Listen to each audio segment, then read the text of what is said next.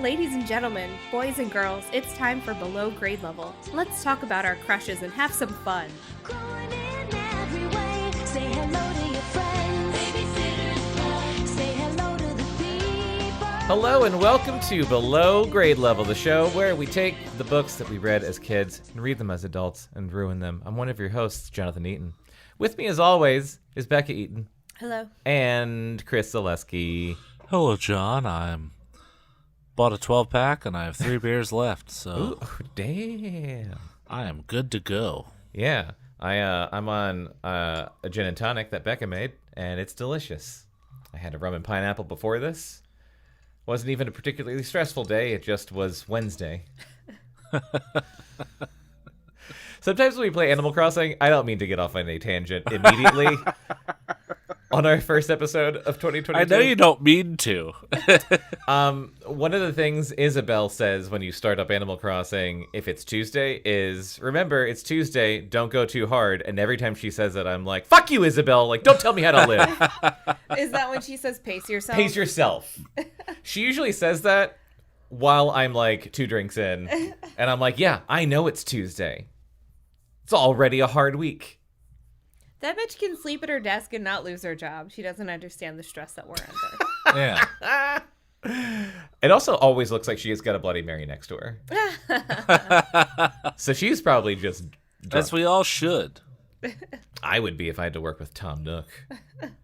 Welcome to Below Grade Level is now an Animal Crossing podcast. Still trying to make those blue roses. It's been 2 years. Okay, new year, new book. We took Did a little. you pay our water bill? It's right in front of me, and I forgot it's already late. Did you pay it? Yes, I did. Okay, cool. All right, moving on. Welcome to Below Grade Level, where we talk about Take the bills that we 3. pay. I'm not cutting any of this out. We took a little know bit of you a won't. break, just because of holidays and stuff. But now, I don't know about you guys, but I'm feeling like fresh and ready to ready to read some more shitty kids books. Yes, I feel very fresh. Yeah, that's what I like to hear. Awake and lively Awake, and happy. full of energy, just ready to go. So we're going back to something that I realized we haven't read one of these in over a year. The last one of these we read was in November, I think, 2020. No way. Yeah. Was that the first book? No, it's the first second Babysitter's one. Book? This is the Okay. third one. So we are reading Babysitters Club number 3. Wait, we're only on number 3. Yeah, I know. Well, we had also read that other one out of order, The Ghost at Dawn's House. Yes. So this will be the 4th one. Yeah, read. we did read that Okay, one that forever makes ago. way more sense. Like, I heard 3 and I was just like, no. But it does No. it does feel like we've read more I was about to have a Babysitters breakdown. Club than we actually have, and we haven't. So we're only on number 3. The Truth About Stacey, which we already know what that is. Yeah. It's that she has diabetes. Well, don't spoil it for the listener. I Too just late. did. It's too late. She has the sugar. Okay, although if it's anything like the last couple of Babysitters Club books, they reveal the thing in the title in like the first chapter. Hang on. Hey. Tss. Sorry, we just got a kitten, and you're going to be hearing a lot of that because he is badly behaved. Yeah. And he wants to be where we are, and so since we're in the office with all of the Legos and everything, he's like, it's a whole new world for him. I'm not gonna ruin all of your Legos. His name is Alfredo, which is why we do his voice in a little Italian boy's accent. Mama, Papa.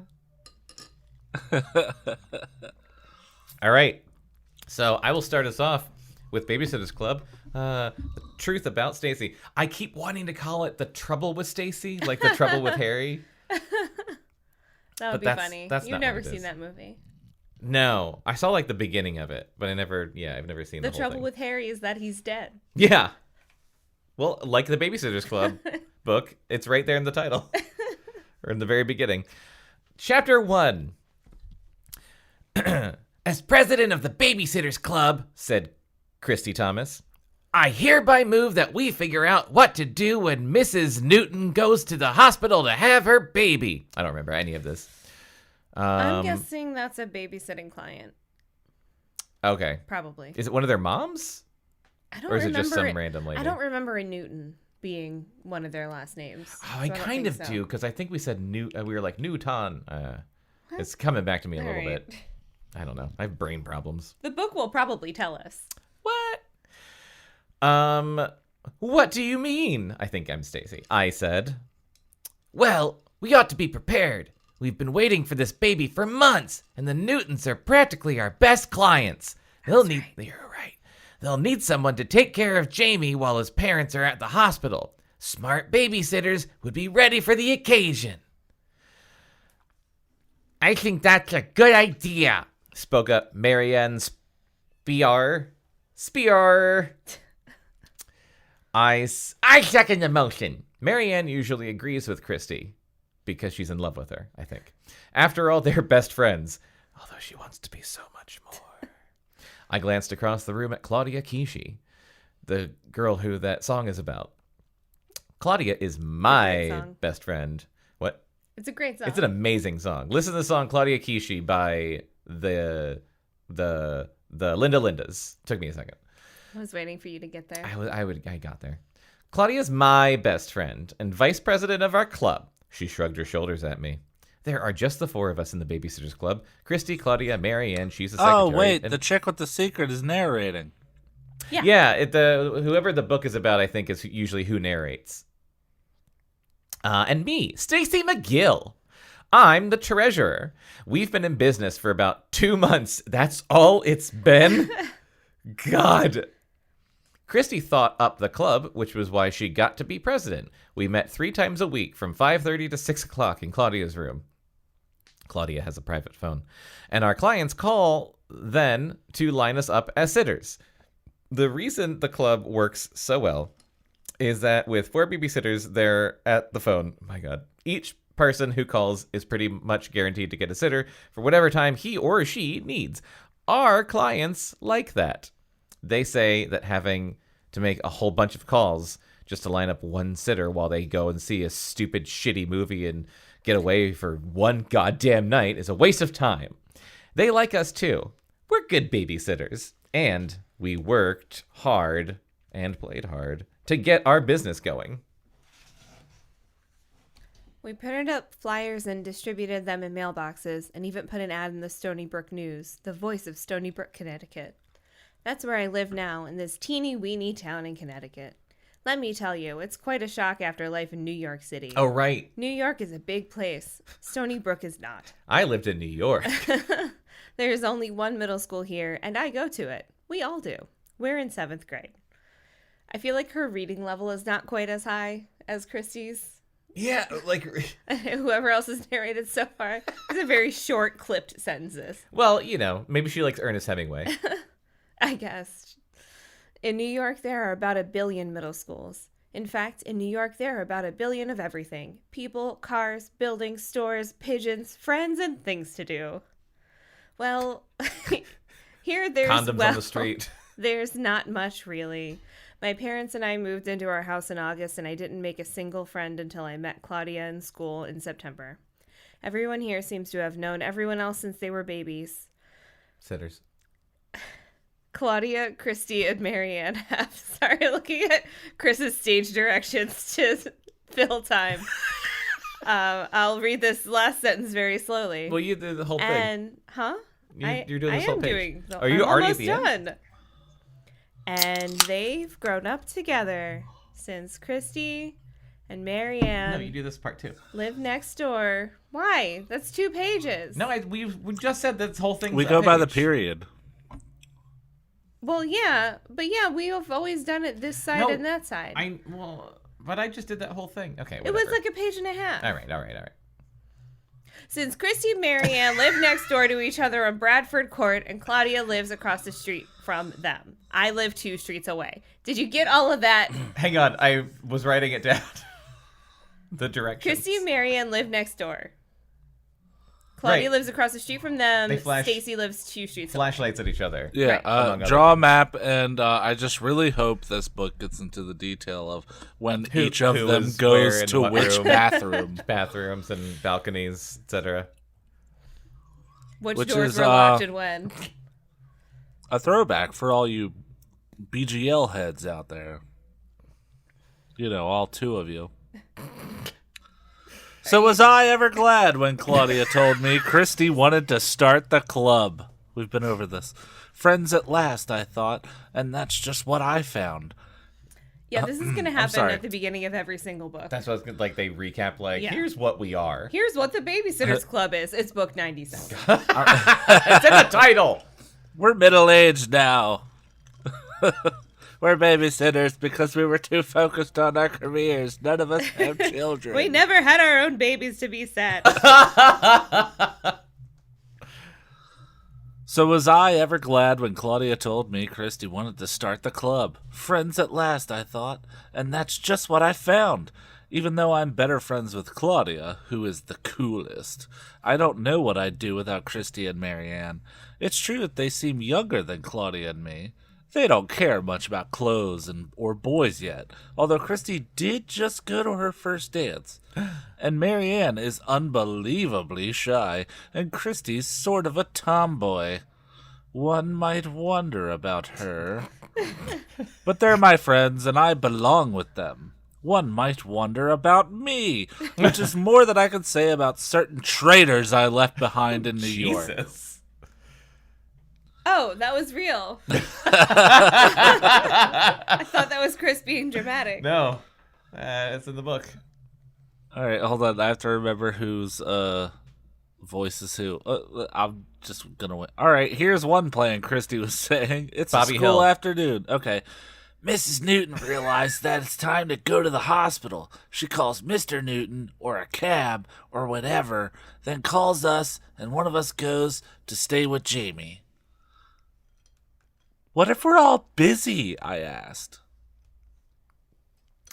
Said Christy. Maybe from now on one of us should be free each afternoon, so Mrs. Newton will be guaranteed a babysitter. Is anyone keeping track of this? Shit, God. It will be a special service for her, since the Newtons are such good customers. That seems like a waste of... like kind of a waste. Spoke up Claudia, which was exactly what I was thinking. That's right, I said. Babies can be late. Babies can be... oh, like having babies. Babies can be late to work. To events. To events. To dates. Showing It's up to rude. dates.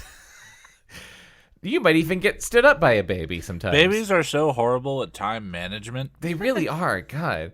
2 or 3 weeks late. Jesus. They'd get fired. We could be giving up an awful lot of perfectly good afternoons for nothing. But you don't have bills. It doesn't fucking matter. They've got things to do. They got places to be and people to see and boys to kiss. That's true, said Christy thoughtfully.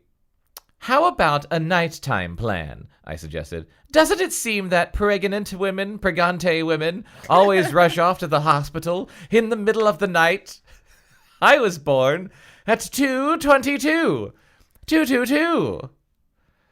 I was AM. born a.m. I was born at 4:36 a.m., said Claudia. I was born at 4 a.m. on the dot, said Christy. Wow, let's all do our star chart. We all looked at Marianne. She shrugged. I don't fucking know when I was born. Marianne's mother died when Marianne was little. And Marianne Jesus. is not very close to her strict father. He figures that they never talked about that day or night she was born.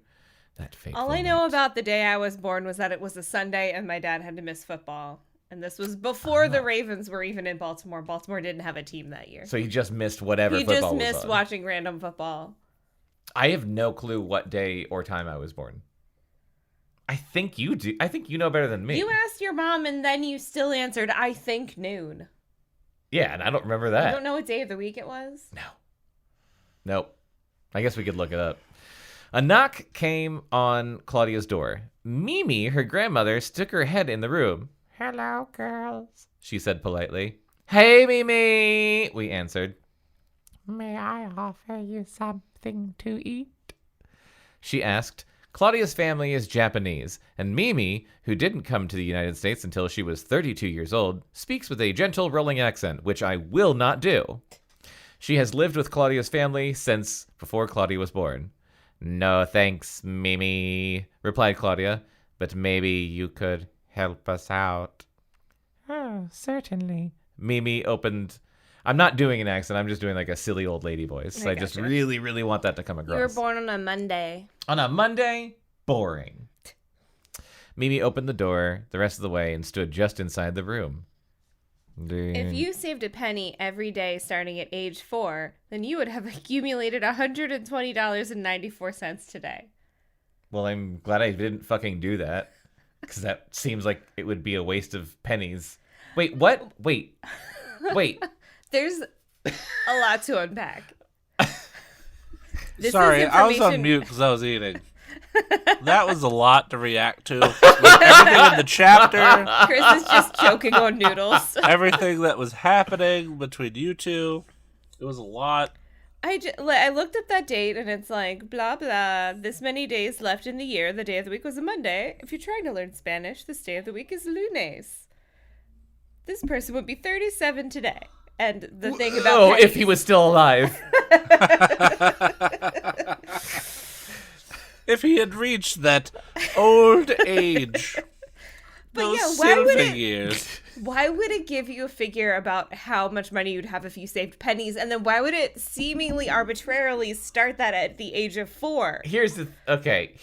Like Is anything 4 on when the you touch internet your first penny? to make you feel bad. Here's a point I would like to 4? make. Why not the day you were born? I'm 37. That's not like old, but Sounds pretty old to me. it could be it could be like halfway through my life, or sometime I could be closer to halfway through my life than I am to the beginning of my life. Tell us more, Grandpa. So for it to tell me that to this day, if I saved 1 penny every day, Every day since the age of 4. a penny a day.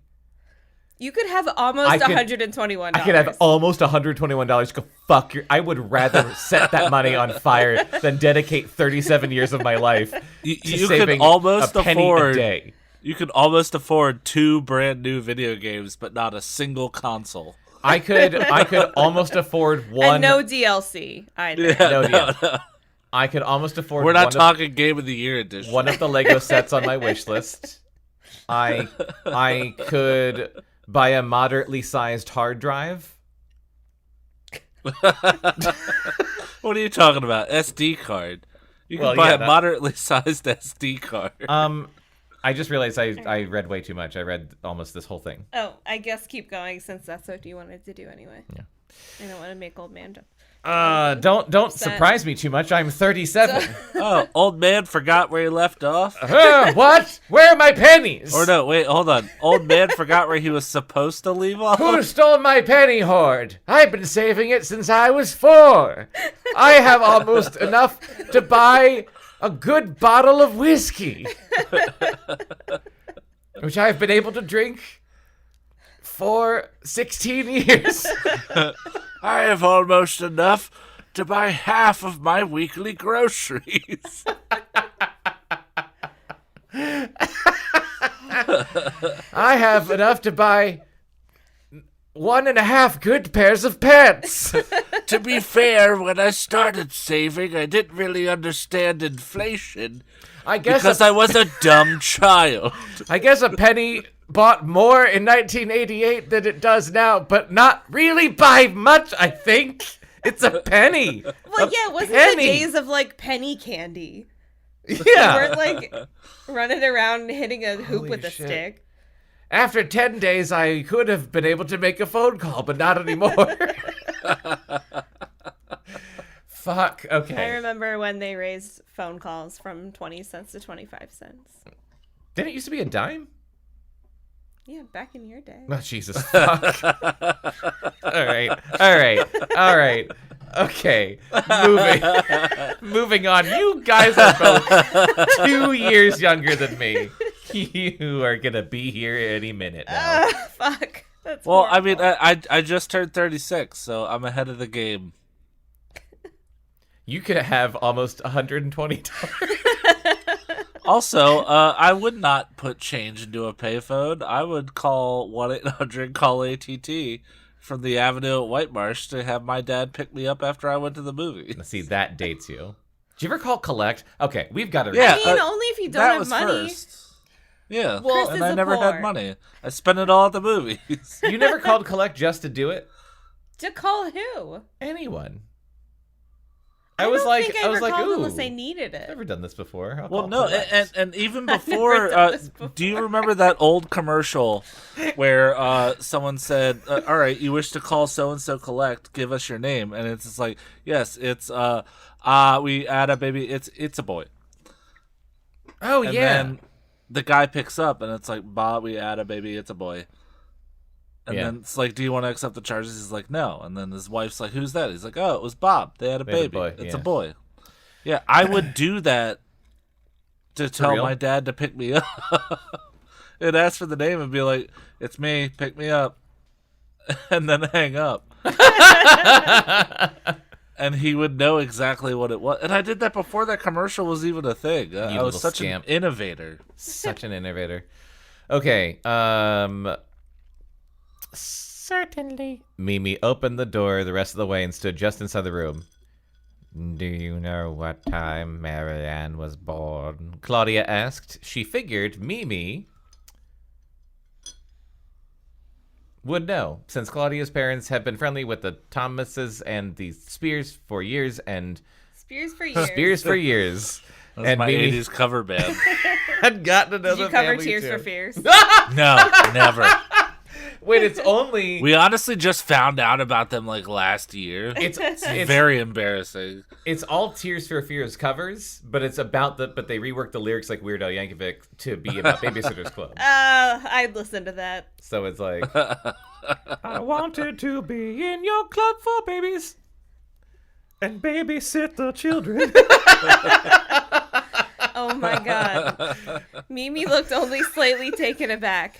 Let me think for a moment, my Claudia. Marianne, your mother and father left for the hospital around dinner time. That I remember clearly. I believe you were born near 11 o'clock. Dinner time? 11 o'clock? What are they, European? That's well. They're from New York. It could have been a wait, long no. ass Marianne. labor. It's Marianne. Yeah, I guess. Oh, a grin lit up Marianne's face. I didn't know. So I was another nighttime baby. Thank you, Mimi. It was my pleasure. Mimi turned to leave and almost bumped into Janine, Claudia's sister, who had come up behind her. Oh, I love Janine. Janine's the best. Nighttime Baby was my band name. Nighttime baby. Claudia! Claudia! Cried Janine. I looked up in alarm. Janine is this prim, not much fun 15-year-old who's a genius. To be honest, she's boring. Dull as dishwater. I'd never even heard her raise her voice, which was why the minute I heard her cry Claudia, I knew something was wrong. Very wrong. Unfortunately, I was right. Janine, what is it? Exclaimed Claudia. This? Janine was waving a paper around. She squeezed past Mimi and thrust it at Claudia. Claudia took it, and Christy, Marianne, and I crowded around.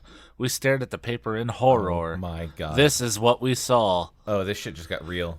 Need a reliable babysitter? Need one fast? Then call the Babysitters Agency. Liz Lewis, 555-1162. Or Michelle Patterson, 555-7548. And reach a whole network of responsible babysitters, ages 13 and up. Available after school, weekends until midnight.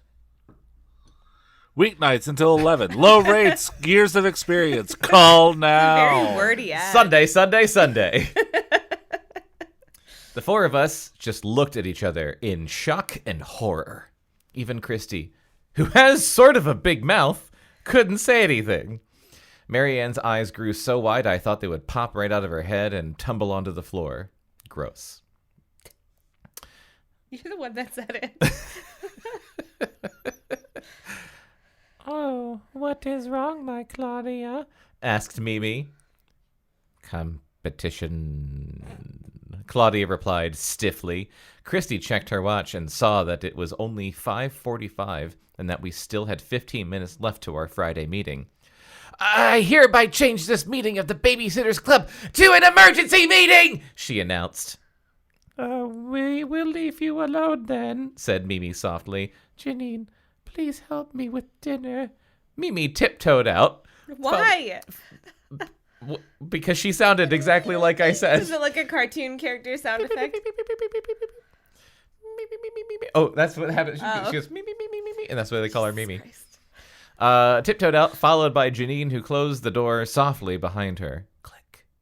I looked at my 3 stricken friends. Oh, so stricken. Claudia's dark eyes were troubled. She was absent-mindedly playing with a strand of her long black hair. Claudia is very fashion conscious and always dresses in the absolute latest trendy clothes, but I could tell that clothes were the last things on her mind. Mm-hmm. Christy, wearing her typical little girl clothes, her brown hair pulled back in a messy ponytail, looked as troubled as Claudia did. I'm glad Stacey's taking the time to judge all of her tear friends. apart what her friends are wearing. Marianne, her hair in braids as usual. Her father makes her wear it that way. Gross. Had put on her wire-rimmed glasses to read the flyer. Chris is shaking his head no. When she was finished, she sighed, leaned back against the wall, and kicked off her penny loafers. If I could have looked at myself...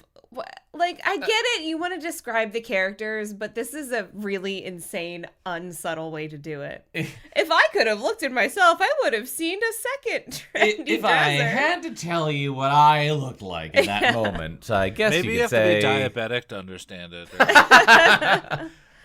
I would have seen a second trendy dresser and a fourth long face. All right, More Stacey. sophisticated than Christie's or Marianne's, but not nearly as beautiful as Claudia's. All right, Stacey. Oh, someone has a crush. Oh my god. Or a complex. I examined a pink-painted nail, while Christy held the dreadful flyer in her shaking hand. "We're dead," she said to no one in particular. Excuse me. "The other babysitters are older than we are. They could stay out later than we can. We're doomed." Not one of us disagreed with her. Well, I'm glad that we didn't spend a whole page of them disagreeing with her. Thank you, whatever the fuck your name is who wrote this. In nervous desperation, Claudia took a shoebox from under her bed, reached in, and pulled out a roll of lifesavers. In case previous listeners don't remember, the book will remind you. Claudia is a junk food addict, although she won't admit it, and she has candy and snacks stashed all around her bedroom, along with the Nancy Drew books her parents disapprove of, because they think they're not quality reading. Shade. She was so upset about the Babysitters Agency, which is a great name, that when she was passing around the lifesavers, she forgot and offered me a piece. Oh, no. I'm diabetic and absolutely not allowed to eat extra sweets. I used to try to keep my illness a secret from people, but Claudia, Marianne, and Christy know about it, and they don't usually offer me candy.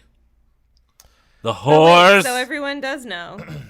Yeah, they found out immediately, Oh, I right. thought. Then what's the secret? So she was talking about traders before. Are those girls from New York also, or are they just different traders? Good Or question. different rivals, I guess. Yeah, probably different rivals because I think they're they're older. people they go to school with and they know, and In, a they different saw grade. their ad and was just like, wait, they're taking all the money. Capitalism. Yeah. Who are Liz Lewis and Michelle Patterson? Asked Marianne and Bekah, peering over to look at the flyer again. I shrugged. I barely knew the kids in my homeroom, let alone in any other grade. Maybe they don't go to the middle school, suggested Christy. It says the babysitters are 13 and up. Liz and Michelle probably go to high school. I wonder if Sam or Charlie knows them. Charlie and Sam are Christy's older brothers. They're 16 and 14. She has a little brother too, David Michael, who's 6. Chris is muted, but I can see him laughing. No, they go to Stony Brook Middle School, spoke up Claudia in a tone of voice that indicated she was likely to expire in a few seconds. I did it right. They're 8th graders. They must be pretty friendly with the high school kids, I said, unless there are a whole bunch of really old 8th graders that we don't know about.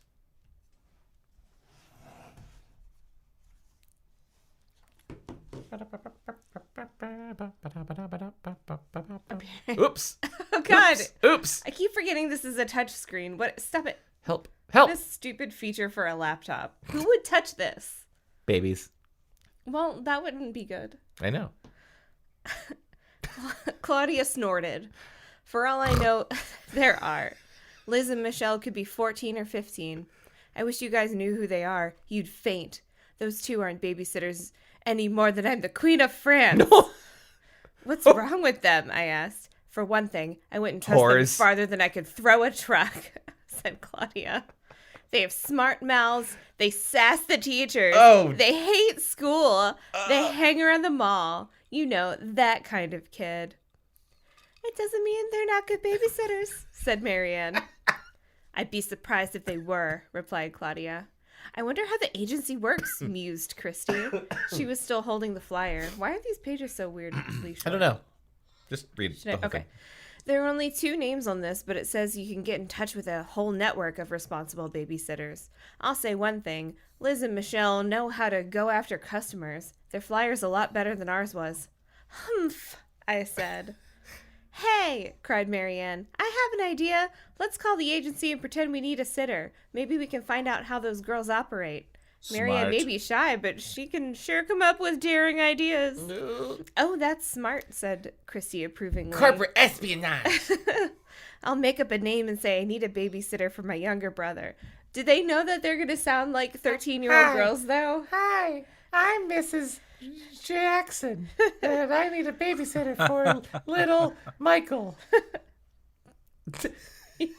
So that's Michael Hello? Jackson's mother. Oh, no, I didn't think this through. Hello, Fuck. I'm Mrs. Grown Woman.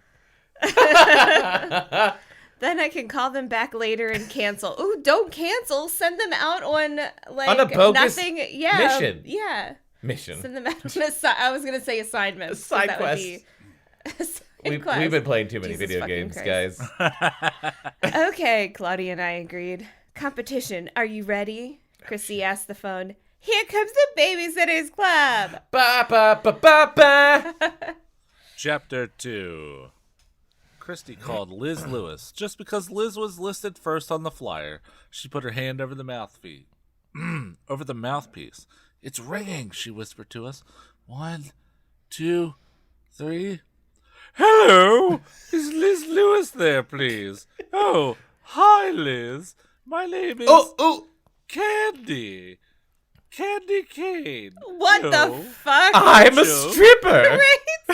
I got your flyer for the Babysitters Agency. I'm supposed to sit for my little brother tomorrow, and Christy paused, and the rest of us watched the wheels turning. I just got asked out on a date. Marianne started to giggle. She grabbed a pillow from Claudia's bed and buried her face in it to muffle the sounds. Christy turned away so she wouldn't have to see. What noise just happened behind you? Oh, Yeah, that was behind weird. me? That was the washer or dryer. Oh, okay. All right. Deal with it. All right, I guess. Do you want to read this page too, or do you want to eat? He wants to eat. Okay, I'll take over. From 3 to 5, Christy was saying. Liz must have asked her when she was supposed to be sitting. Oh, he's 7 years old. His name is, Harry. 28 Ropo Road. Will you be babysitting for him? The flyer said, oh, I see. Mm-hmm. I'll be at 555 3231. Oh, but only for about 10 minutes. Then I have to leave. I have another date. With who? By that time, Claudia was laughing too, and I was on the verge of it. Christy glanced at us helplessly, not sure what to do about her quote-unquote date. Then she simply pulled a name out of the air. With Winston Churchill, What? she replied, taking the chance that Liz wouldn't know who he was. Apparently, she didn't, because she was stupid. Yeah, he goes to high school. Mm-hmm. He likes cigars. Hates German kids. Yes, I think he likes his martinis with where you wave the bottle of vermouth at the glass. So basically, he's an alcoholic. But he put his time in, so I guess he earned it. Continued Christy nonchalantly, getting into her story. A sophomore! Football player! Me? I'm in 7th. Yeah, I know. I had to leave the room. I couldn't stand it any longer, and I didn't want to ruin Christy's call. Oh, but I wish you did, because it's so good. I love it. I closed Claudia's door, ran to the bathroom, laughed, and returned. Christy was saying, "Okay, 5 minutes. Yeah, later." She hung up. Then she began to laugh. "You guys," she exclaimed. "Don't do that to me when I'm on the phone." "But Winston Churchill," I cried. "The high school guy you're dating?" When we calmed down, Christy said, "All right, this is how I think the agency works. People call Liz and Michelle when they need sitters. Then Liz and Michelle simply turn around and find the sitters. In other words, they do all the phoning for their clients. I guess they must babysit too from time to time. But when they don't, they probably get part of the salary earned by the sitter they found for the job." You're just pulling all of that out of your ass. Did they tell you that? Yeah. "No wonder their sitters are so old," said Mary. "All Liz and Michelle have to do is call older kids." "Yeah," said Christy glumly. "We could do that ourselves if we'd thought of it." She paused. Liz seemed more interested in my date than in finding the babysitter. Winston Churchill, your date. Figures, said Claudia. The phone rang. "I'll get it. It's probably Liz," said Christy. Marianne got ready with a pillow. Hello, sorry. Hello? Christy had almost said, "Hello, the Babysitters Club," which is how we answer the phone during meetings. Yeah, I got that book. "Yes, this is she. Oh, terrific. How many? Wow. How old are they? Okay. Patricia Clayton. Okay. Okay, thanks a lot. I'll see Patricia tomorrow. Later." She hung up. "Later?" repeated Marianne. Oh, sorry. "Later?" repeated Marianne. "That's how Liz says goodbye." "So?" I asked. "She actually found 3 available sitters," said Christy. "She gave me a choice. I didn't know any of the names, but 2 were 13 years old, and 1 was 15 years old. 1 was even a boy. I chose the 15-year-old. People are going to love the agency. I'm not kidding. We don't offer a range of ages like they do. There are." So bad. Waiting for that page to I'm turn. trying. "No boys That's in our different club, than and we going can't out. even stay out past 10, even on the weekends." Who cares if there's boys? Why would you want a boy babysitter? Right. Like, what would be adding value? I just do not even know. We looked at each other sadly. At last, Marianne stood up. "It's after 6. I've got to go home." Mr. Spear likes Marianne home on the dot. I was surprised she was letting herself be even a few minutes late. It just showed how upset she was. "I might as well go too," I said. "Yeah," said Christy. The 3 of us said goodbye to Claudia and left. See you guys," called Marianne when we reached the Kishi's stoop. She was suddenly in a hurry. Across the street, I could see her father, standing at their front door.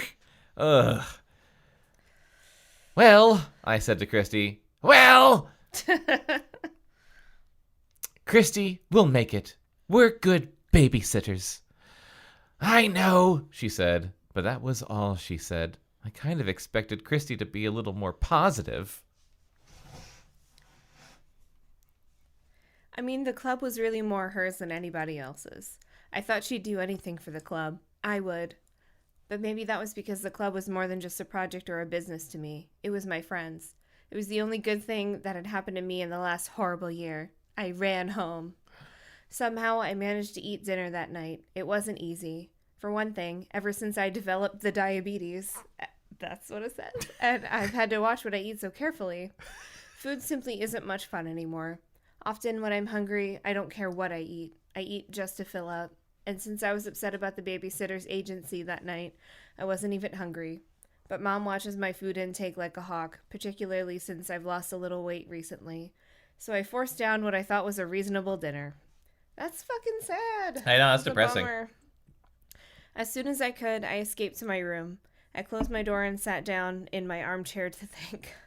Armchair. Her I had a armchair. bed in my armchair. room. The furniture had- in my room was a bed. I sat down in my thinking chair by my fireplace. In Well, my I was. armchair. to I did think. come from New York. It had been just a year earlier that I started to show the symptoms of diabetes. At first, we didn't think anything was wrong. I was hungry all the time. I mean, really hungry. Nothing could fill me up. And thirsty, too. Well, you're a growing girl, Mom had said.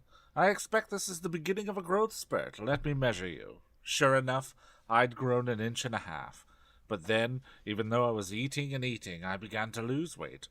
I didn't feel well either. I grew tired easily, and sometimes I felt weak all over. Twice, I wet my bed.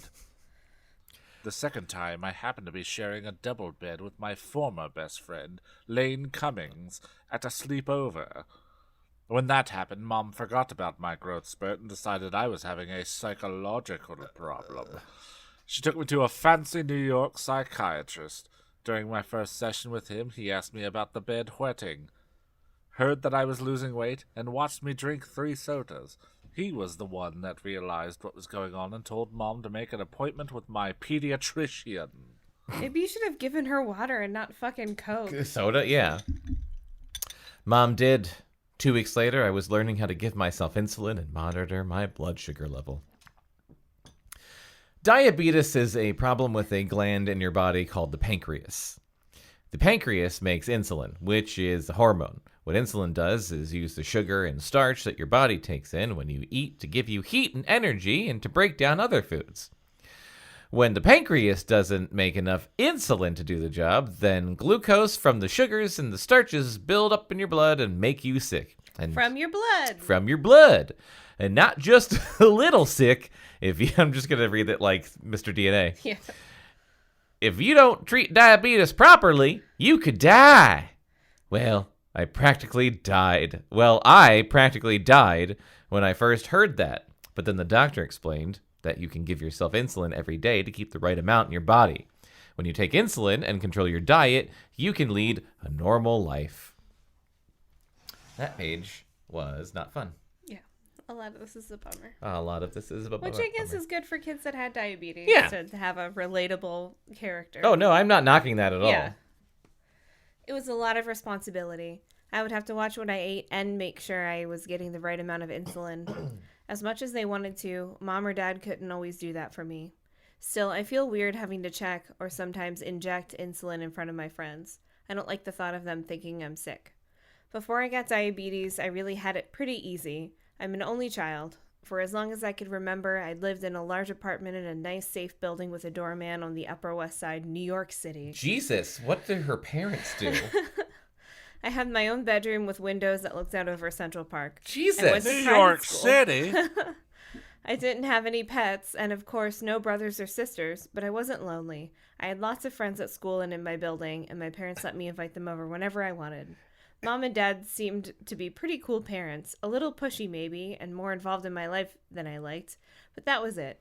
They let me dress the way I wanted to, go out with my friends after school, and play my stereo at top volume as long as the neighbors didn't complain. I was your standard Succession rich kid.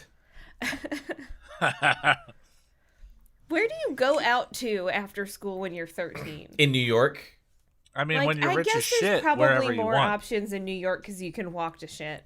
I'm trying to think of what I did when I was 13, and it was go to my friend's house and watch Monty Python for the 100th time. I mean, yeah, when I was man. 13, it was go to my friend's house or go to the mall. Yeah. I would There's have not a lot eaten of so options. much street pizza. Street pizza, street falafel, Yeah. street heroes. I would have became less picky way earlier on if I had the options people do in New York. Well, if you had diabetes, you'd be fucked. Yeah, I would. Then, right before I began to get sick, Mom found out that she and Dodd couldn't have any more children. They'd been trying for a long time, and they hadn't been able to have a brother or sister for me. It was unfortunate that they got the news just before I got the diabetes. What if I died? I'd be gone, and they wouldn't be able to have another child. Jesus fucking Christ, Babysitters Club! Stacey. Suddenly, they were faced with the possibility of no children. What? No children of their own, anyway. That was sad, but the upshot of it was that practically overnight, Mom and Dad became the world's two most overprotective parents, and not just where food and insulin were concerned. Suddenly, they began to worry about me when I wasn't home. They didn't before. What the fuck? They didn't have a care. Mom would call me at my friends' apartments after school. Apartments, because we were in New York City. To make sure I was all right, she even called me at school every noon until the headmistress suggested that it wasn't very healthy for me. And reminded my mom about the nice, qualified school nurse. Then began the business with the doctors. My parents became convinced that they could find either a miracle cure or a better treatment for me. They never doubted that I had diabetes. They just couldn't leave it alone. They made helping Stacey their new life goal. Unfortunately, they weren't helping me at all. I was losing friends fast. Being yanked out of school to see some new doctor every time I turned around didn't make things any better. Lane Cummings began to hate me the night I wet the bed we were sharing. Jesus Christ. I didn't blame her for being mad. I do. But why did she have to be mad for so long? We'd been best friends since we were 5. Lane said that the real reason she was mad was that I'd spent a lot of time at the slumber party that night talking to Allison Ritz, the new girl. But I don't know. Lane acted strange after I wet the bed. Stranger still the first time I had to stay in the hospital, and even stranger after I started going to all those doctors. Sounds like a real shit friend. Yeah. A real New Yorker, if you ask me. Maybe I should have told her about the diabetes. Why does it keep saying the? The diabetes. Well, I guess in this sense it makes sense, but still. But for some reason, my parents kept the truth a secret from their friends, so I did the same. What? What will the Roosevelts think? In fact, I didn't No one tell Donald. No. In fact, I didn't tell anyone the truth until we left New York and started over again in Connecticut. I finally told Claudia, Christy, and Mary Ann my secret. But Lane still doesn't know, and even though her parents are my parents' best friends, they don't know either. I don't see what the big deal is, but I guess it doesn't matter now. At the beginning of my illness, hospital visits couldn't be avoided. I needed tests, I had to have my diet and insulin regulated, and once I fainted at school and went into insulin shock, and the ambulance came and took me to St. Luke's. Jesus. If one of my friends got that sick, I would have called her in the hospital and sent her cards and visited her when she went home. But not Lane. She seemed almost afraid of me, although she tried to cover up by acting cool and snooty. And my other friends did what Lane did because she was the leader. Jesus Christ. Lane sucks. So fucked up. Lane sucks. Are you muted still, or are you chewing? Can't hear you. You look like you're chewing. You look like you're chewing like a giraffe. I started going again, even though I still had food in my mouth. But I was still muted, so it all turned out okay. Question, are you just muting Zoom, or are you muting the mic? I'm muting the mic. Oh, thank God. Thank God. Okay, cool. Good. Because I got a cough button right here. See, look, listen. Looks I like you're could hear sucking that an in invisible my dick. brain. Like, I could hear that in my brain's eye. Yeah. See, and then like the listener didn't hear a bit of it. It makes for riveting audio format. Okay. Imagine Chris coughed, but you couldn't hear it. If you listen to any of the other episodes, you'll have a good frame of mind. Their leader, my leader, and we were her followers. The school year grew worse and worse. I fainted twice more at school, each time causing a big scene and getting lots of attention. And every week, it seemed, I missed at least one morning while mother and father took me to some doctor or clinic or other. Lane called me a baby, a liar, a hypochondriac, and a bunch of other things that indicated she thought my parents and I were making a big deal over nothing. What child calls another child a hypochondriac? A child called Lane. In New York. Yeah. Laine. Like, yeah, no. If you name your kid Lane, like, you're just guaranteed they're going to be a dickhead later in life.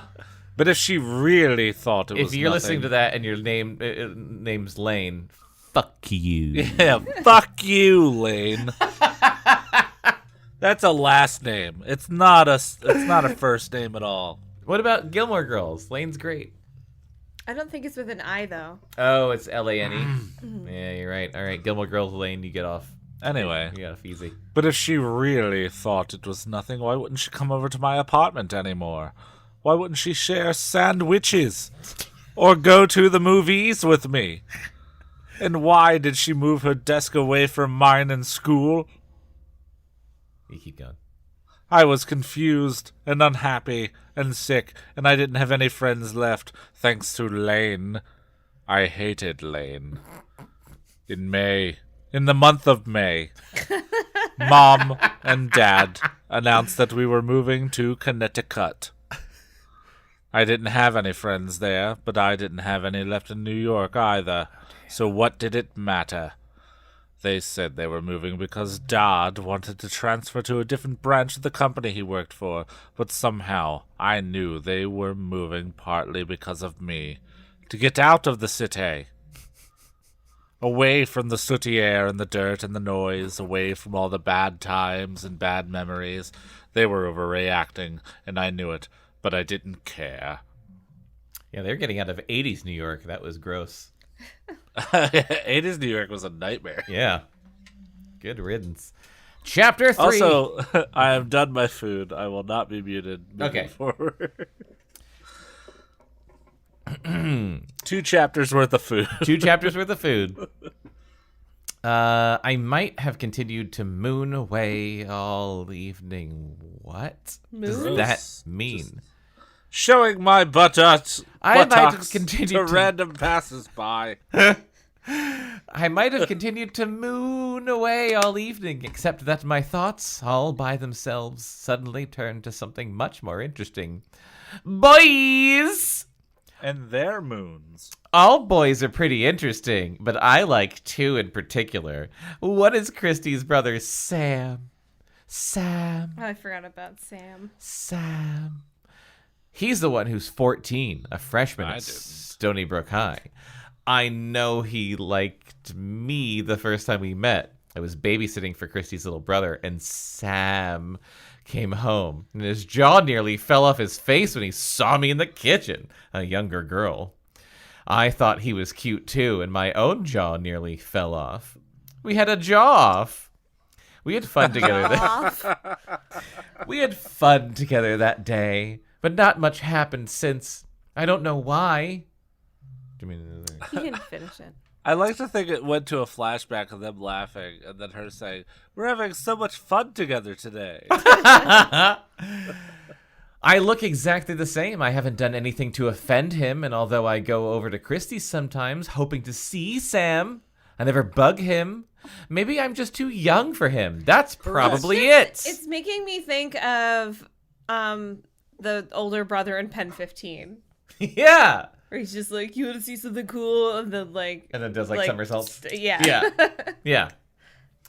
Yeah. She's like, oh, you're so hot. Yeah. And he's 15, so she's 12, 13. In this or in Pen 15? In this. What are they, like 11, 12?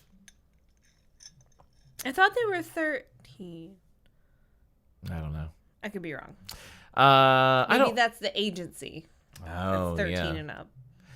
I don't worry about him much, though. I have a sort of boyfriend in my own grade. His name is Pete Black. He and I had been sitting at the same lunch table with Claudia and the other kids in the group she introduced me to, Dory, Emily, Rick, and Howie, since almost the beginning of school.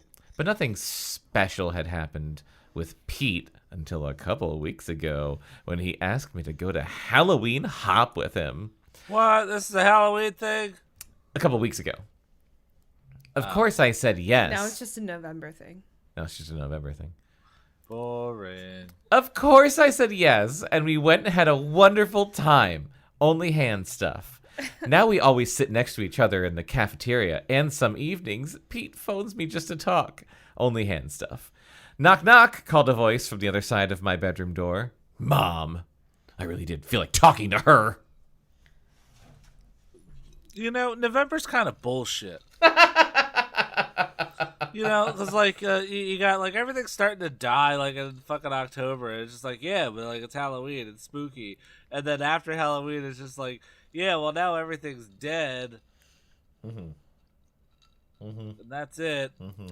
We're not celebrating shit.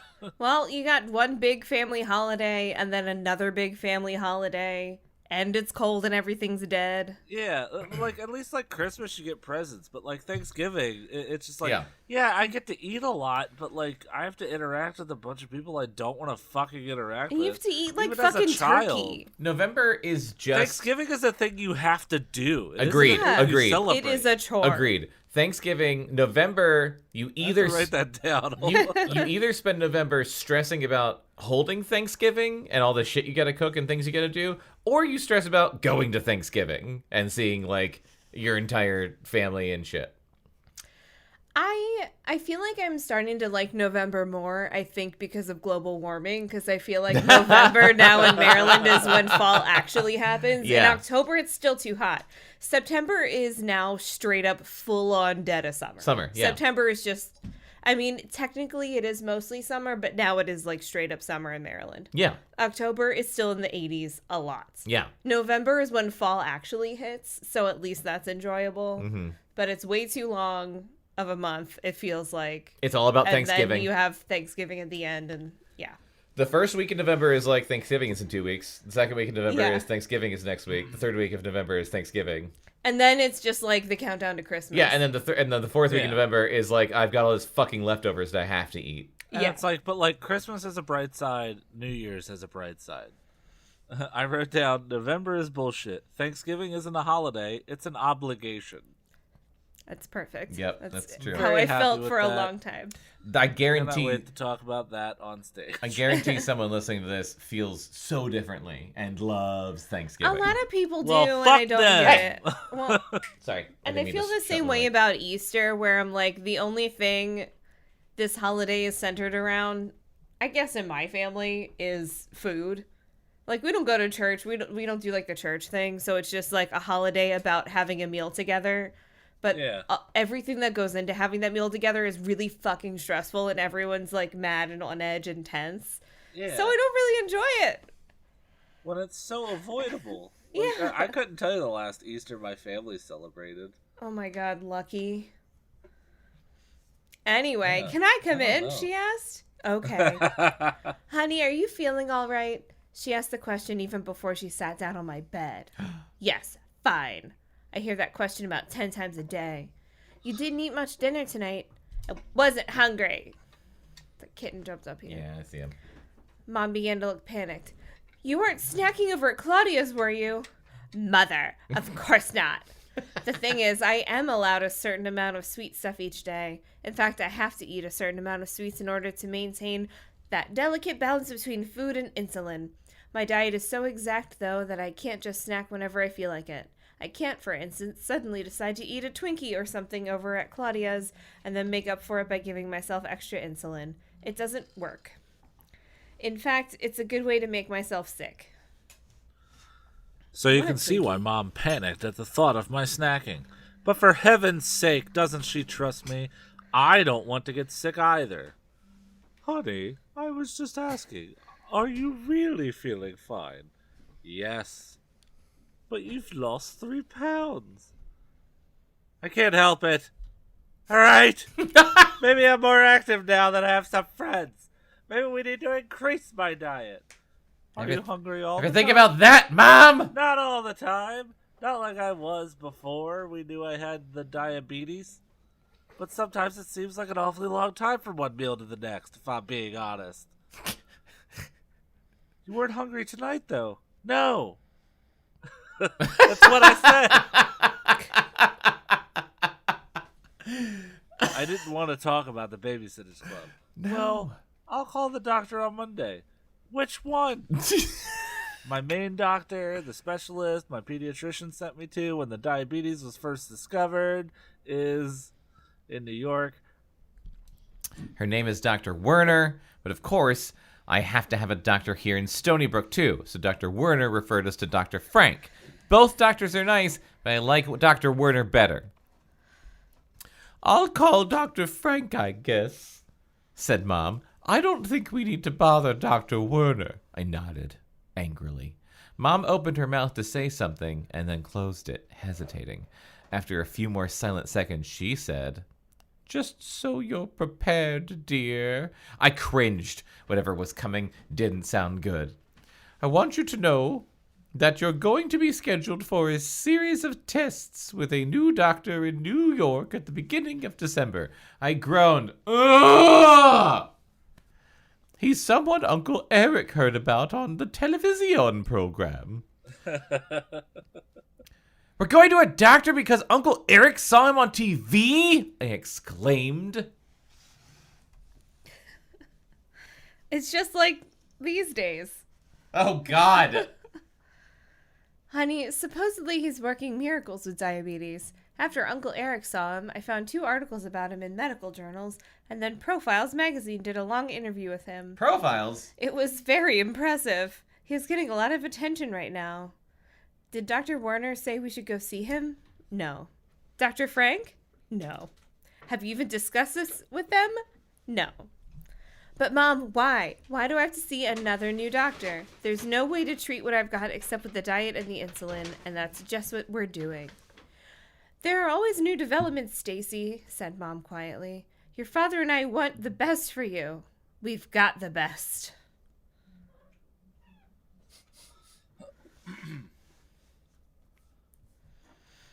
It's only for 3 days.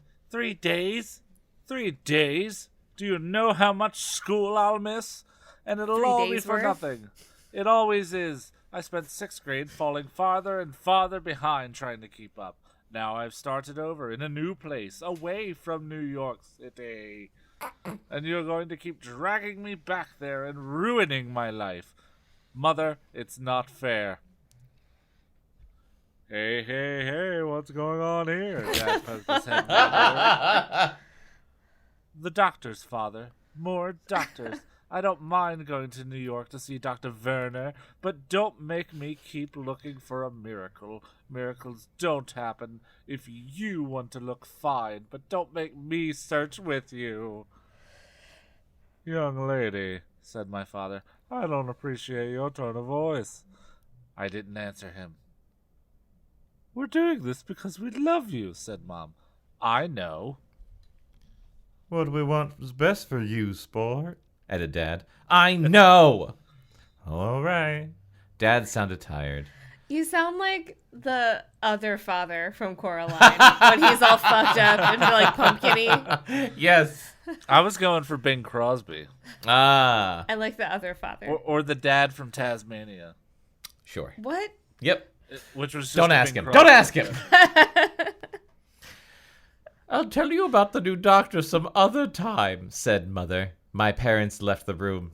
As soon as they closed the door, I heard the phone ring. A few seconds later, Dad called. Hey, Stacey, for you. Coming! I shouted. I picked up the extension in my parents' bedroom since Mother and Father were downstairs. Hello! Half of me hoped the caller was Pete. The other half hoped for Sam Thomas. Growl noise. It was Christy.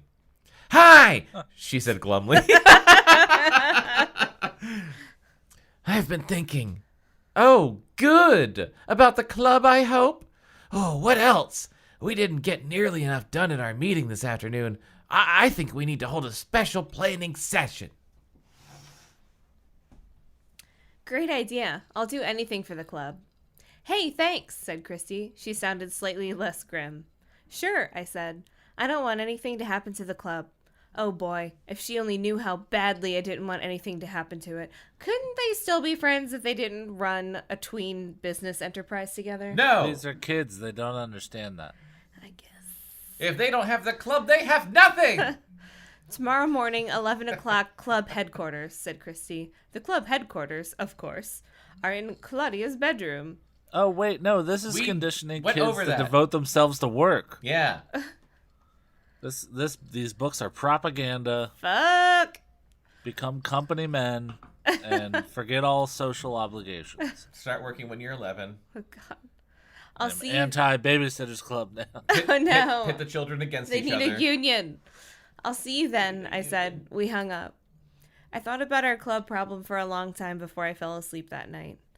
The next day, Christy was running in high gear. I'd never seen her so hyper. Aw, remember calling people hyper? Nah. No, none of us have any energy. For one thing, instead None of us except this goddamn kitten. Yeah.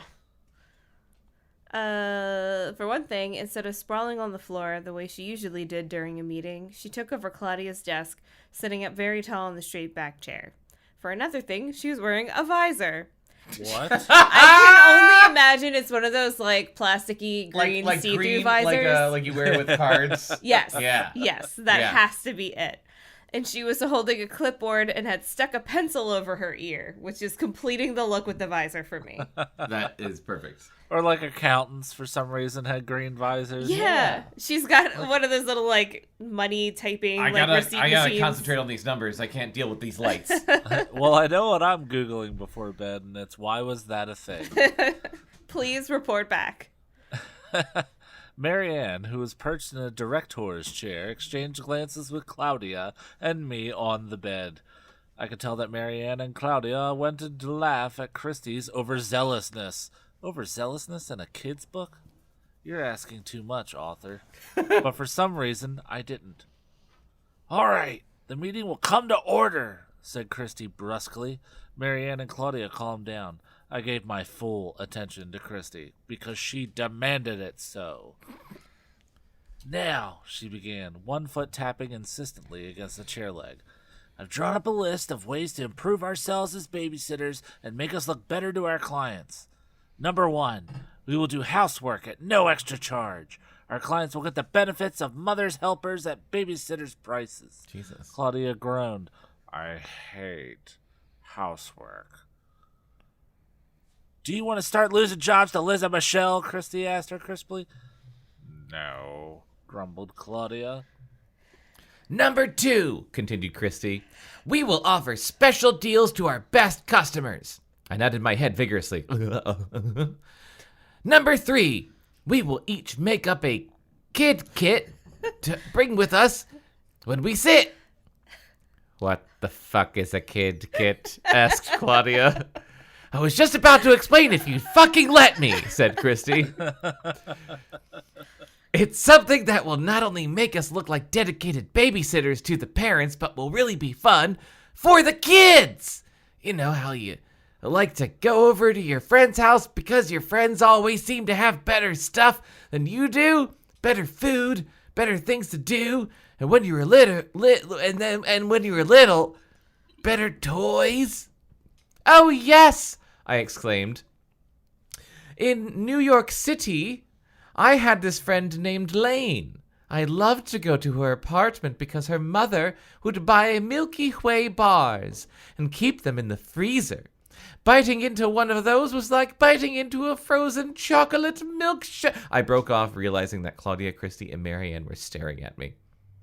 Oh, well, that was before I got sick, Christ. I added. Anyway, I know what you mean. Would that make Milky Ways good? Because I'm willing to try it. I'm willing to try that. Milky Ways are just unfinished Snickers. They really are. It's just like goo with chocolate around it. Yeah, it's just like the only thing I can make this better is peanuts. And Shit, what if Snickers the did that. secret to Milky Ways is stick them in the freezer? We'll have to try it. But nothing will make Three Musketeers better. Oh man, don't even get me started on Snickers ice cream bars. Those are so great. They're the best. Best! Yeah, said Marianne. I like Christy's house because of her big family and Louie. Louie's the Thomas's collie. When I was a kid, I liked your house, Claude, because of all those board games you used to have, said Christy, smiling. Anyway, what we really like is the change of pace. Ow! Ow! I'm sorry. Cat claws in my leg. Where is he? I don't know. Fuck. I know he's coming back for me. I truly don't. I don't. Oh, he's John still. and Bekah have a little xenomorph. He's still down there. running around their feet. He's at your feet. Damn it. Oh, I know as soon as I start reading, he's going to put his claws at me again. Anyway, what we really like is the change of pace, new things or different things. So I thought, what better way to make a kid happy than to bring him some new things? Not really new, but new to the kid, and not to keep, of course, just to play with. We fucking get it! The kids will want us to babysit because we'll be like a walking toy store. They probably won't even want us to leave, which should look good to the parents. See, what each of us will do is decorate a carton and label it Kid Kit. A carton. While we're going to... When we're going to sit somewhere, we'll fill it with games, toys, and books of our own, plus some things like paper and crayons that we'll have to replace from time to time. We can pay for them with our club dues. He got some cord. Hopefully it wasn't important. Then we'll each bring the kid along with us. The kids will love it. That'll keep those little bastards busy. Great idea, I said. I do have 2 more thoughts, Christy went on. She was speaking hesitantly, and I noticed Claudia glance at her sharply. Number 4 is lower rates. This caused another groan from Claudia. Just enough lower, said Christy defensively, to undercut the babysitter's agency. They have a hyphen. We don't. Sorry. Fucking cat. All right, go on. But we don't know what they earn, I protested. We will soon, said Christy. I'll find out. And number 5 is to do what the agency does. Take on late jobs or jobs we can't handle by giving them to older kids. Sam and Charlie babysit sometimes, and Janine could... No! cried Claudia. No, Christy. This is getting out of hand. The kid kit is a good idea, but lower rates and housework and giving away our jobs? No, no, no. If that's what this club is going to become, then I don't want to be in it. Me neither, said Marianne softly. Not be in the club? If both of them left, there wouldn't be any more club. It'd just be 2 idiots babysitting. They didn't mean it. They couldn't mean it. They didn't really mean it. What would I do without the club? Talking to Pete on the phone was nice, and sitting with the group in the cafeteria was fun, but those kids weren't true friends like Claudia and Christy and Marianne. I needed the club. I needed it so bad. I would do anything to stay in the club. You guys, I said, I don't want the Babysitters Club to fall apart. We're only on book 3. There's like 50 more. We haven't even met Dawn yet. We can't let Liz and Michelle beat us. We have to prove that we can succeed too. Yes, agreed Claudia. But not in the way Christy said. That's, what's the word? Degrading, suggested Marianne. Yes, that's it. Degrading. Well, what do you think we should do? Snapped Christy, since you know so much. I think, said Claudia, that we should use 2 of your ideas, the kid kit and the special deals, and save the other things, especially number 5, as last resorts. What was number 5? I'm sorry. Letting their older kids. Siblings Outsourcing. some of the gigs. Gotcha. That sounds like a good plan, said Marianne. Anyway, we wouldn't want to use up all your ideas at once. That's true, I said. All right, said Christy with a sigh. She sent me a troubled look. I shrugged. Christy knew I was on her side, but we both realized that we shouldn't overdo things. Come on, said Claudia. Let's start making the Kid Kit boxes now. It's really hard to not say Kit Kat every single fucking time. It'll be fun. You guys each get a box from home and come back here. I have pastels and fabric and paints and all sorts of things we can decorate them with. Claudia loves art. This bitch loves parentheses, by the way. We'll make the best boxes ever, I said, trying to sound enthusiastic. In fact, we'll be the best babysitters ever. Let's get to work! Well, I mean, one of you is a club, and the other one is an agency, which sounds way more legit. It If I does. was making my choice, would I pick the club or the agency? Club just sounds like a recreational activity, not like a Yeah. business. Anyway, chapter 4. The following Monday was a glorious warm day that felt more like May than the middle of November, the shittiest of months. Oh, no, it might be timed with February, actually. I Anyway. think that March is the worst month because February feels like shit, but it's at least really, really short. March is long Yes. as hell, and it feels exactly like February does. But studies have shown that February is actually the worst month. I Even disagree though with those I studies. make a strong case for November.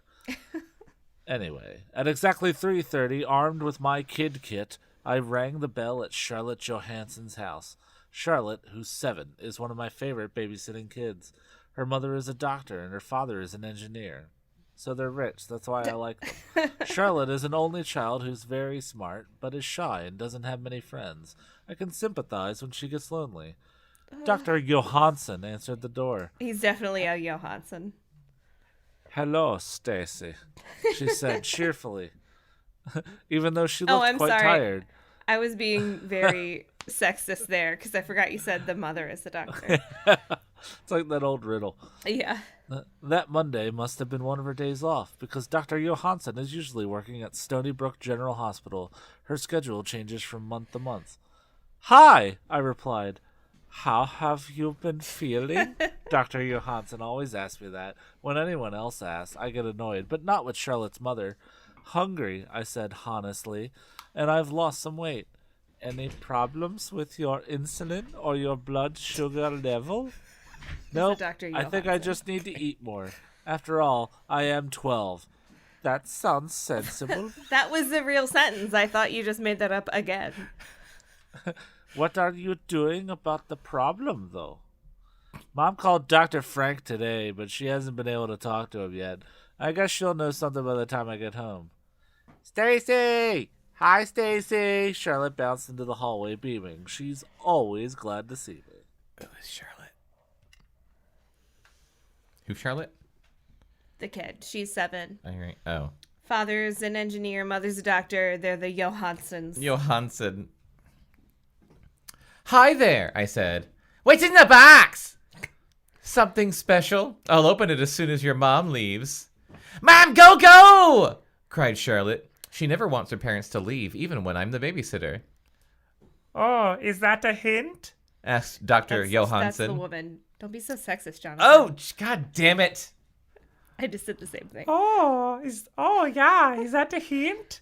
Asked Dr. Johansson, pulling on a sweater. "I think so." All right, girls. This meeting will be a quickie, I hope. I should be home between 5 and 5:30. "See you later, Mom." Charlotte practically pushed her mother out the door.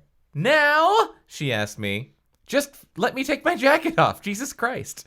I hung it up in the front hall closet while Charlotte hopped impatiently from one foot to the other. Then we sat down on the floor in the living room. "Can you read what this says?" I asked, pointing to the words on the lid. "Kit Kat." Charlotte leaned over for a better look. "Kit Kat," she said promptly. "It's pretty." I had covered my box with blue flowered fabric and glued white rickrack along the borders. What? Rickrack? Rick Rack? Just Google image search it. It's like this squiggly little ribbon kind of thing. What?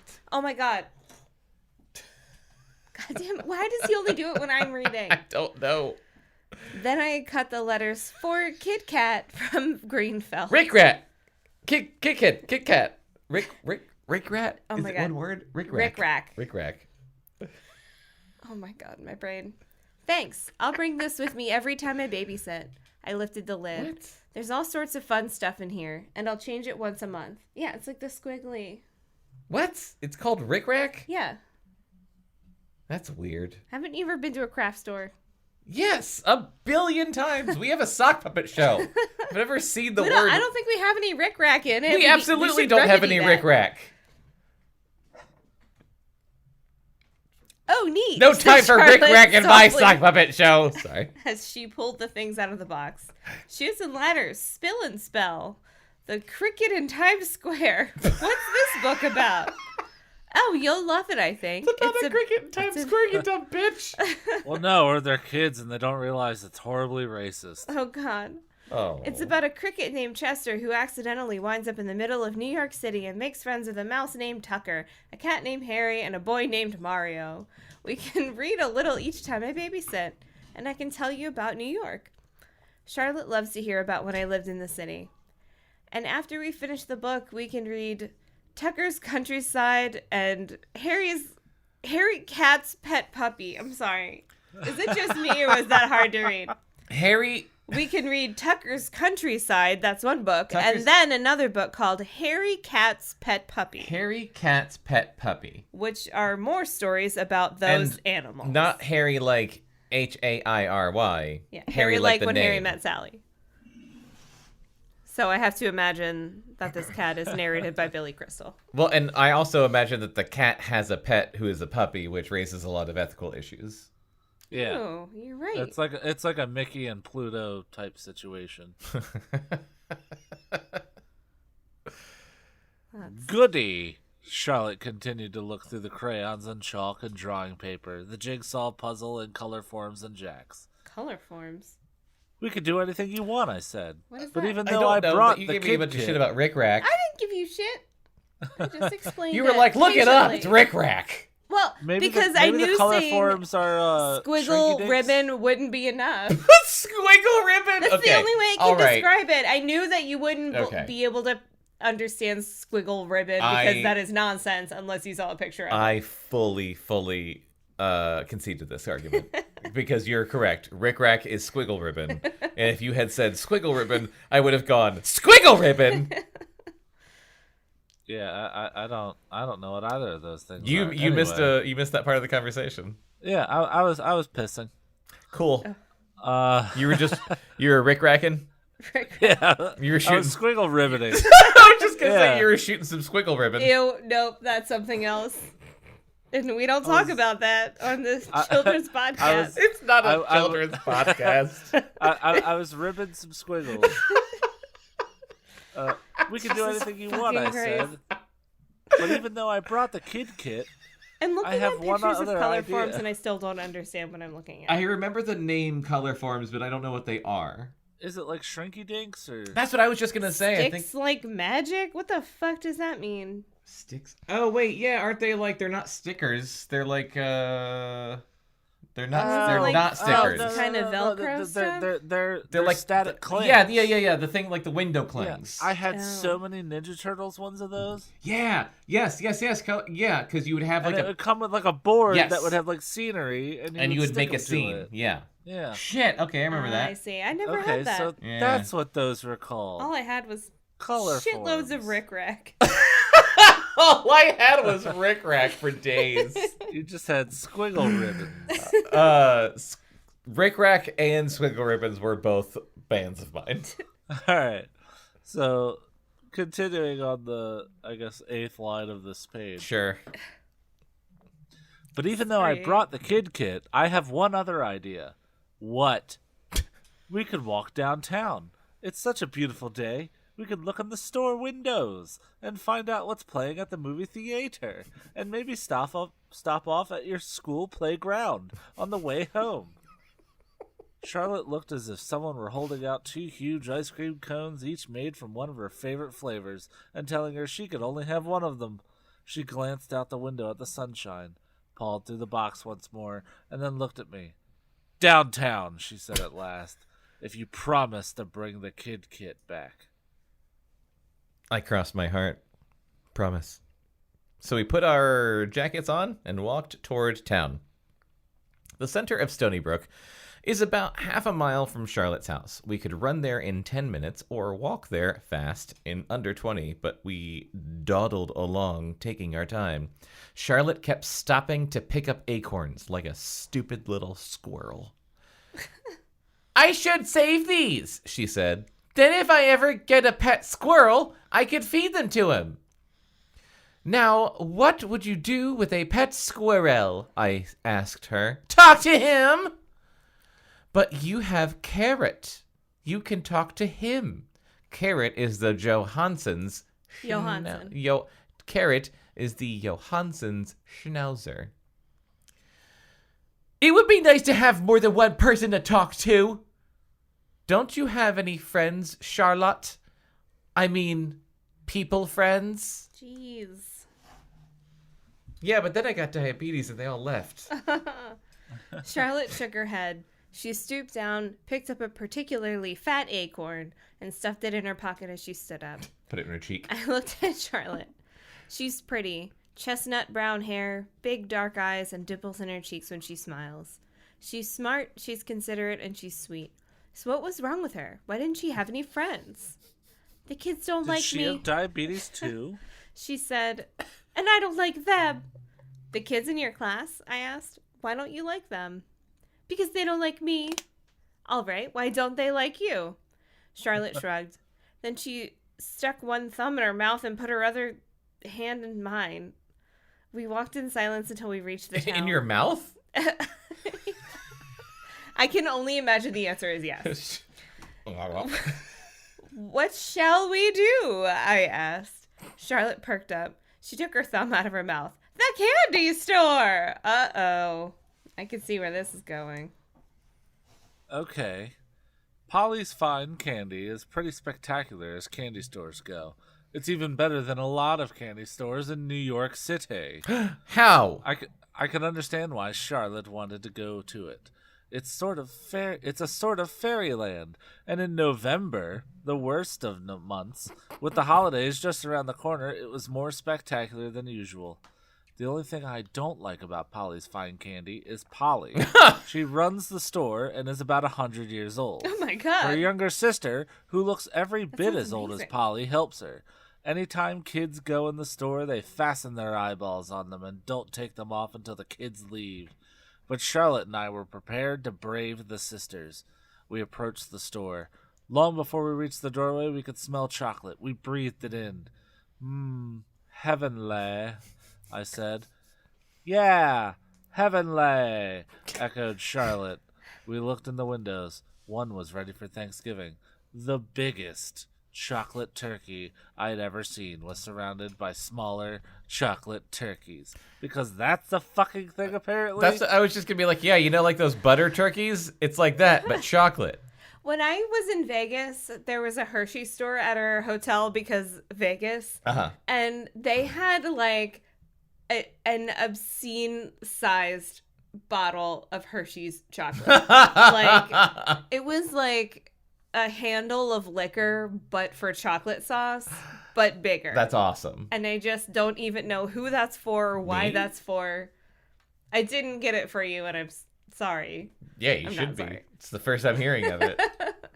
But it was absurd. You also, I feel like you could have said when I was in Vegas, there was and you could have said literally anything because Vegas, like, yeah, obviously there's anything there. But I want a handle of chocolate syrup. Well, next time I'm in Vegas, You I'll better- leave some extra room in my You suitcase. better bring me back I'm going to give Oh, you. but you can't because, like, what happens in Vegas stays in Vegas. Oh, You're it's true. It legally would not have to stay allowed. in It would have to Vegas. stay in To bring Vegas. it That's with right. you. It's gonna disintegrate once Yeah, I get on the plane. yeah, they have those force fields that Yeah. zap It's everything. a law. Too bad. Too bad you can't go there yourself and get some fucking chocolate. It's too bad. The chocolate turkeys were standing in a bed of candy corn and gumdrops. Disgusting. Charlotte and I looked at each other and smiled. Now the other window, said Charlotte.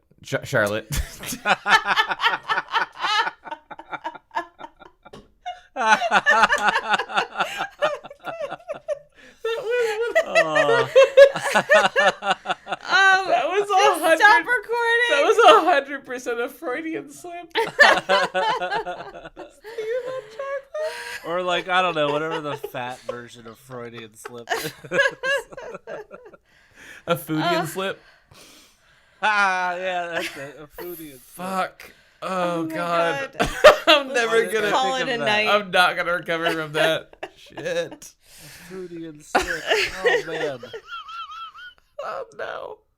We crossed in front of the doorway and gazed at the second window. Oh, I'm crying currently. Christmas already?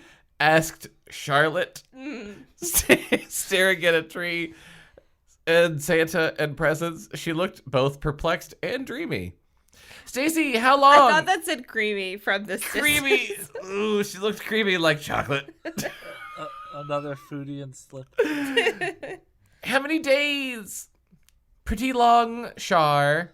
About 5 weeks. The stores like to get ready early. Only 5 weeks. I'm sorry. I feel like I'm yelling now into the microphone. 5 weeks before Christmas is early? Try August, bitch. Yeah. The stores like to get ready early. Belligerent. Come on, let's go inside. We walked through the doorway, and I was pleased to see that we weren't the only people in the little shop. The 3 other customers were there, and Polly and her sister were busy helping them. I want to know what Polly's sister's name is. Molly. All right. I was going to say Molly. All right, Polly and Molly. Polly and Molly were busy helping them, which meant that they were too busy to watch Charlotte and me. The outside of Polly's fine candy had smelled of chocolate. The inside Scandalous. smelled of chocolate and much more. Ginger and cinnamon and licorice and marzipan and cream and raspberry filling and roasted nuts and raisins and cherries and sponge sugar. That sounds disgusting. The air was heady and warm. It was almost more than I could stand. I tried to figure out how much it would hurt to have just one piece of white chocolate. Look, Stacey, Chocolate cried. She ran to a display of elaborate gingerbread houses decorated with candies and white frosting. Oh, elves and mice! Look at all the little creatures that live in those houses. Oh! She grabbed my hand and pulled me into the penny candy counter. We were facing bin after bin of candy. Butterscotch drops and Mary Janes and gummy kryptonite. bears and licorice sticks and peppermints. What are Mary Janes? Just joints. I Just know, like, yes. just, Let's go with that. just a tub of joints. But wouldn't that be Yeah, it's amazing just to a have barrel in a of candy store? dupes. I mean, honestly, like a pot and chocolate shop sounds like the best Oh combination. my god. Fucking market that shit. I don't think it exists yet. Do it. Oh, man. We'll make so much money. Please, Stacey, could we just get one thing each, pleaded Chocolate. I noticed bite-sized bars of white chocolate and thought I could actually taste one melting in my mouth. White chocolate's disgusting. White chocolate sucks, Stacey. Have better standards, Stacey. Right? Have a higher threshold for what you want. I don't know. It's called a standard also, which is what I I felt in my pocket. I had $2, more than enough for 2 pieces of candy. Please. I pulled the money out and put it on the counter. At that moment, Polly's cuckoo clock chimed. Cuckoo? Cuckoo? Cuckoo. Cuckoo or cuckoo? Cuckoo. Right? I've never heard cuckoo. It's either or. Oh, It was 4:30. Slowly, I put the money back in my pocket and let out my breath. I couldn't believe what I'd almost done. Better not, I said. It's too close to dinner. Your mom doesn't like you eating sweets anyway. This has nothing to do with my bullshit. I know, I said, Charlotte. I just thought, it's okay. I wanted a treat too, but you're not the only one who's not supposed to eat sweets. Come on, let's go. This has nothing to do with me. We left the store, Charlotte looking longingly over her shoulder. Hey, I said. We have enough time to go to the playground before we head home. Goody! It was growing dark, but I thought we could play safely for 10 minutes. I felt cheered when we reached the school and saw a group of children hanging from the monkey bars. Come on, I said, but Chocolate had stopped in her tracks. No! It's okay, it's not dark yet, and there are other kids here. No! I want to go home. Let's go. Too late. The children had spotted Chocolate. Hey, there's Char, cried one. Hey, teacher's pet, go away. Yeah, Charlotte, go away. Don't come back another day. Teacher's mean. pet, Oh my teacher's God. pet. I am not a teacher's pet! Shouted Chocolate. She turned and think began you running peeked. home. What? You peeked. I'm sure I did. Hey, wait up, Chocolate. I caught up with her easily. Go away. It's me, Stacey. Obviously. Stacey. I said go away.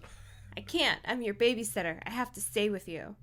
Chocolate marched straight ahead, chin held high, tears dripping down her cheeks. Did those kids tease you because they saw you with a babysitter? Chocolate tears. I tagged along at her side. Chocolate milk dripped down her Chocolate tears. cheeks. No, she said at last, sniffling. They don't know you're my sitter. Why are you mad at me? Chocolate stopped walking. I'm not mad at you. Just upset because they teased you? I guess. How come they teased you? I don't know. They called you a teacher's pet. I don't want to talk about it. I don't like this book. It's really annoying. Hey, listen, I got teased a lot last year. In New York. In New York.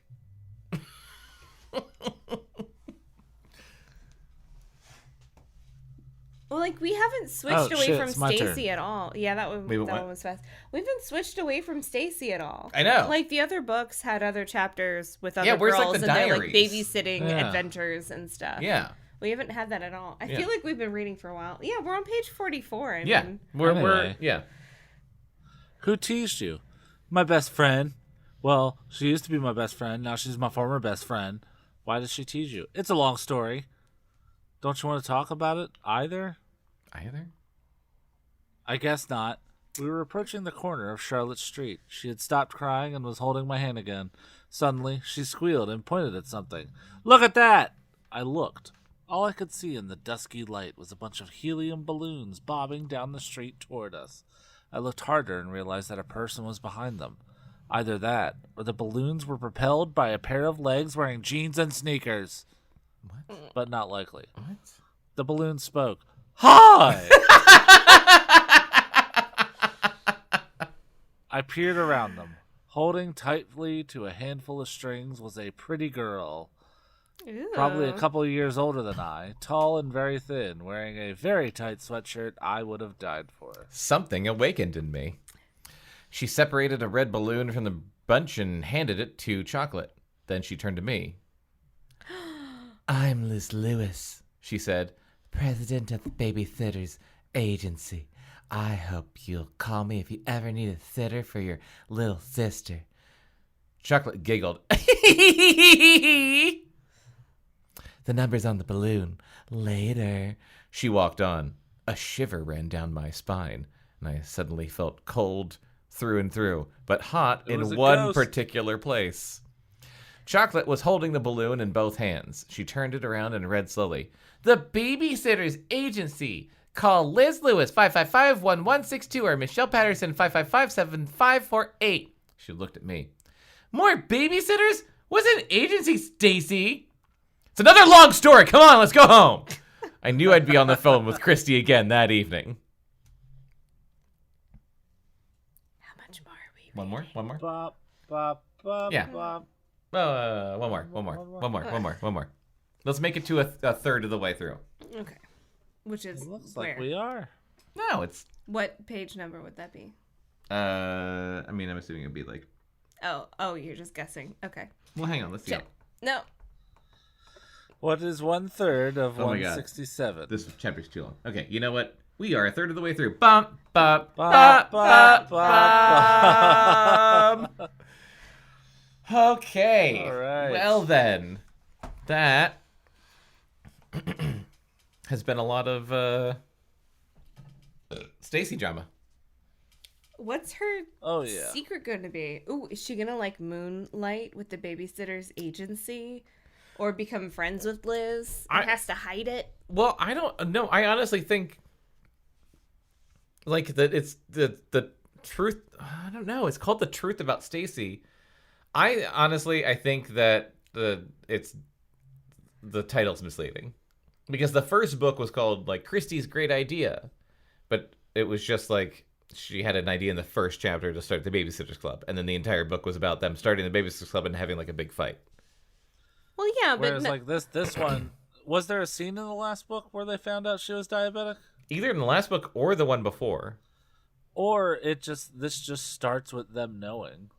Yeah, this one did start with they all know. Yeah, but what I'm saying is like I have no recollection of a scene in the previous 2 books of them finding out. I am fairly that sure might be on us and how much we drink when we do this. I 'Cause they definitely already knew, I think Well, but I don't take super offense to that. remember. I vaguely remember, and I think it was in the first book, because the first book they all had like a big fight. Like Yeah. at the the third act was them having a huge Why fight. won't you eat candy? And the fight part of it was about like Stacey lying about like not being around, but she was like, I'm in New York, but then they saw her like in the car with her parents, and she was like, oh, I got diabetes. So like she told them that she has diabetes at the end of the first book, and then the second book was just a bunch of like pervert phone calls. Well, I hope this doesn't end with them like adding to their advertisement that, oh, by the way, one of our babysitters has diabetes. We just want to be upfront I so we don't don't get sued. think that happens. So we don't get sued? Dumber things have happened in the books we've read. That's very true. I am not completely out of saying- left field with that. I don't remember everything that happens, but I don't think that happens, but I could be wrong. I am curious why it's called The Truth About Stacey when it seems to be about a rival babysitters club. Yeah. Also, I haven't watched past the first episode of the Netflix show that I Same. watched with you guys. Yeah, we Yeah. never watched anymore. Yeah. I want to watch more because Alicia Silverstone is a treasure. Treasure! Yes. Yes, growl noise. Still growl noise. Yeah. Like double growl noise now. Now we're all older. Double growl noise. Yeah, now we're all older. Now it wouldn't be as weird. So what do you... I mean, not much has happened. What do Well- where do you see the book going? Let's do that. Well, it feels like it's just going to be a rivalry with this other Babysitters Club. Yeah. There's really no other. I mean, they've talked a lot about Stacey's diabetes, but all of her friends already know. Yeah. And her parents want her to see that weird doctor, so that's obviously going to come up. Okay. So let's do a round of predictions. I just did mine. Yes. Those 2 things will happen. So I think that they'll end up becoming like best friends with this like rival girl babysitter. Who's they? The babysitters, the titular club. I don't think they all will. I think Stacey is going to become friends with that girl, the balloon girl with the amazing sweatshirt. Uh-huh. And she'll have to hide being friends with her from the rest of the Oh, girls. like that's the truth about Stacey. Yeah. Is that she has like Yeah, a new that's what I'm saying. Yeah. Okay. I didn't okay. Like okay. she's making new friends. All right. Okay, then I'll choose a different prediction. You can choose the same. I mean, it's I a think really you're good pretty. prediction. Yeah, that feels pretty spot on. I predict that at the end of the book, like a Marvel end credit sequence, we're gonna meet Dawn. Yeah, I don't remember when she shows up. I have no idea when she shows up. I just want. I don't know who that is.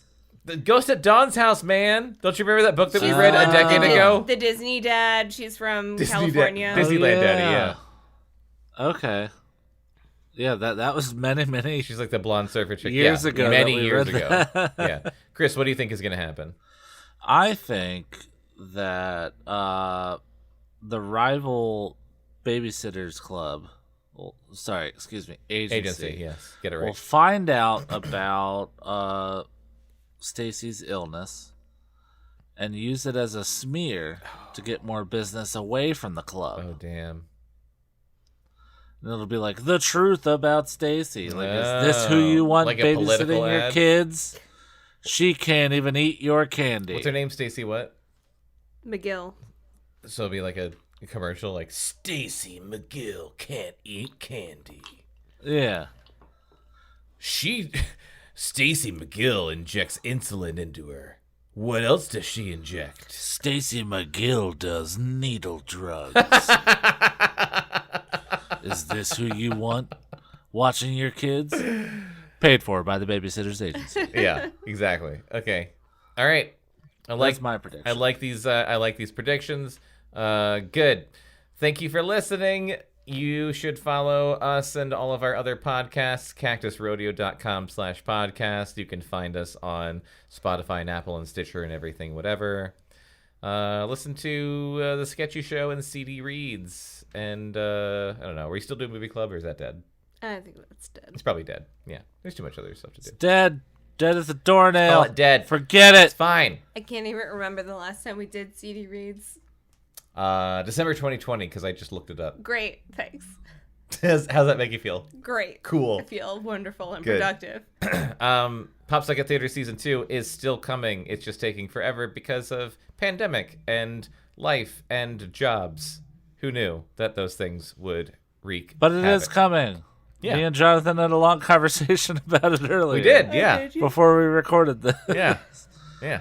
About, like, the most boring aspect of the production. Very boring. like the literal definition of minutia. Where was I? Across from Playing me at the Dragon Age? table. Oh. You were working. Oh. We were both working. I was just chatting. I was just... We were I would- talking about substrates. Yeah, What the fuck does that mean? stuff that you... Hard surfaces to print on. Yeah, duh. Oh my god. All right. Do you Yep. do you wish you had been part of this conversation? No. That's just a taste. That's just a taste, Bekah. You was want I more? in like my 6th or 7th work call by then? You were stressed out. You were definitely stressed out. Yeah. That's it. I think I have to. Do you guys have anything else? Nope. No, other than this, I got nothing else going on. Cool. Good. All right. Thanks for listening. Join us next time as we continue reading Babysitters Club number 3, The Truth About Stacey. Stacey. Stacey. We see you next time. Bye. Bye. We love you. Love you. Bye. Below Grade Level is a Cactus Radio production. You can contact us at podcast@cactusrodeo.com. Subscribe and follow on iTunes, Stitcher, and Spotify, and follow Cactus Rodeo on Facebook, Instagram, and Twitter for more entertainment and updates.